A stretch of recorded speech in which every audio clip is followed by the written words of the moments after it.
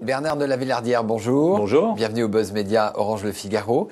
Alors vous êtes le rédacteur en chef, vous êtes le présentateur et producteur de certains des sujets d'enquête exclusive, un des magazines d'information de M6. Vous reprenez dimanche avec un numéro spécial 11 septembre. Alors tout le monde va faire du 11 septembre. Quel angle? Comment est-ce que vous allez vous démarquer? Alors nous, on s'est intéressé au sort de ces centaines de personnes qui ont été victimes du 11 septembre, pas au moment de l'effondrement des tours, pas au moment de l'attaque commise par ces membres d'Al-Qaïda sur les 2 tours du World Trade Center à New York, un certain 11 septembre 2001, mais par tous ceux qui ont été intoxiqués, notamment par les vapeurs toxiques, par les fumées, par la poussière qui s'est dégagée lors de l'effondrement des tours. Et 10 ans après, ils sont comment? Certains d'entre eux sont morts, hélas. Ils sont morts, notamment de problèmes pulmonaires. Et c'est une réalité intéressante, parce que c'est une réalité qui a longtemps été cachée par l'administration américaine. Ils n'ont pas été retenus comme des victimes et reconnus comme des victimes du 11 septembre. Donc c'est leur destin, leur combat. Ces victimes qui ne sont pas mortes mais qui sont malades, qui souffrent des conséquences de cet acte terroriste, mais aussi tous ceux qui sont morts, leurs familles qui essayent de leur donner justice post-mortem et de trouver réparation vous voyez, en quelque sorte. Non, mais ce qui est intéressant aussi, c'est que à travers ce document, finalement, on essaye de dégonfler les baudruches des fameux montées, notamment sur Internet, par les complotistes, les obsédés du complot, et qui pensent que le 11 septembre a été organisé par le FBI, par la CIA, etc. Mais en même temps, on voit que l'administration américaine a caché un certain nombre de choses, et notamment pourquoi ces tours se sont effondrées. Ouais. Et si vous regardez ce document, vous le saurez pourquoi. Parce qu'elles étaient mal construites ou mal protégées, c'est ça? Oui, enfin que les normes de sécurité n'étaient pas respectées. Alors, enquête exclusive, c'est en deuxième partie de soirée, c'est dans la grande soirée du dimanche soir avec les magazines d'information. Il y a Capital avant. C'est un magazine que j'ai lancé avec Jean-Marie Tricot notamment, à l'époque où j'ai quitté Zone Interdite pour présenter ce magazine qui est plus ouvert sur le monde et qui me permet par ailleurs de faire 90 jours de reportage par an pour le présenter et pour prolonger les documents qui sont réalisés par des sociétés de production comme la mienne, mais aussi par Tony Comity, par d'autres sociétés de production. Alors, une fois de temps en temps, vous passez en prime. Comment est-ce que vous choisissez pourquoi M6 passe enquête exclusive en prime? C'est la direction des programmes qui choisit en fonction des thèmes. Il y a des thèmes qui sont jugés plus porteurs. Ce sont souvent des sujets de société, plus franco-français, un peu plus dans l'actualité.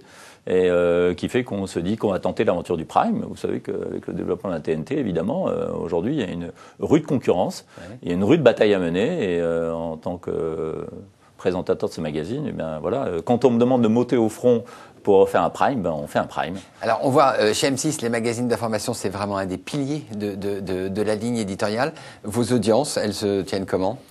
1,5 million de téléspectateurs, 13,5% de part d'audience sur les 4 ans et plus, comme on dit. Et puis maintenant, le public est assez habitué à ce genre de phraséologie, de terminologie. Et puis un bon score auprès des jeunes et auprès des femmes.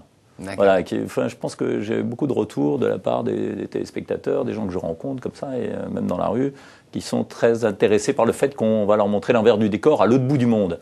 Et vous savez, la vocation du journaliste, c'est de rapprocher ce qui est loin, et je suis ravi de le faire à travers ce magazine. Alors, enquête exclusive, après, ça fait 13 ans que vous présentez Enquête exclusive? Ah non, ça fait 6 ans, 7 ans. Avant, ça a été pendant 6 ans Zone Interdite. Vous êtes sur M6, pardon.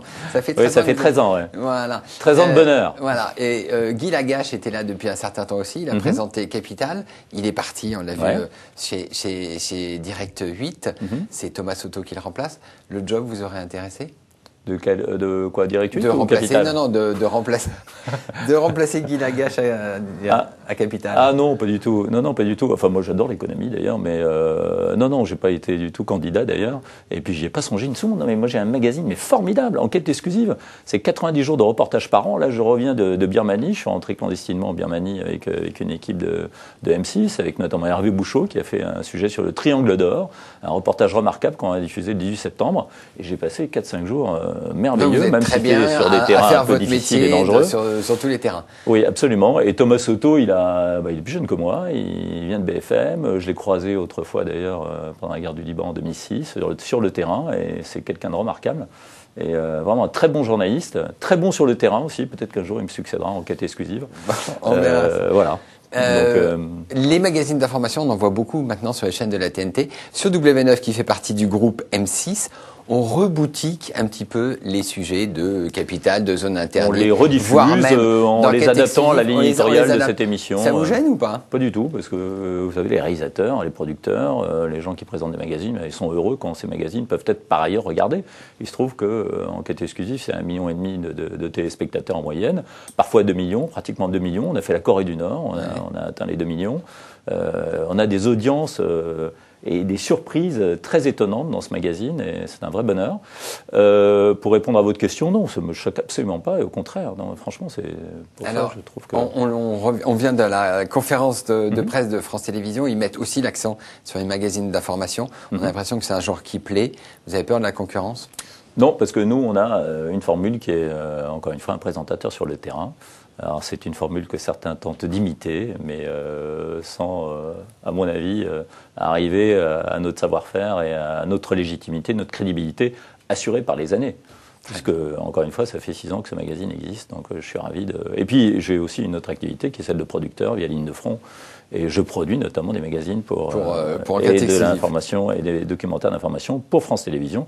Pour M6, bien évidemment, qui est mon premier client, mais aussi pour d'autres chaînes. Très bien, Bernard de la Villardière, merci. Nous nous retrouvons demain pour un nouvel invité. Merci.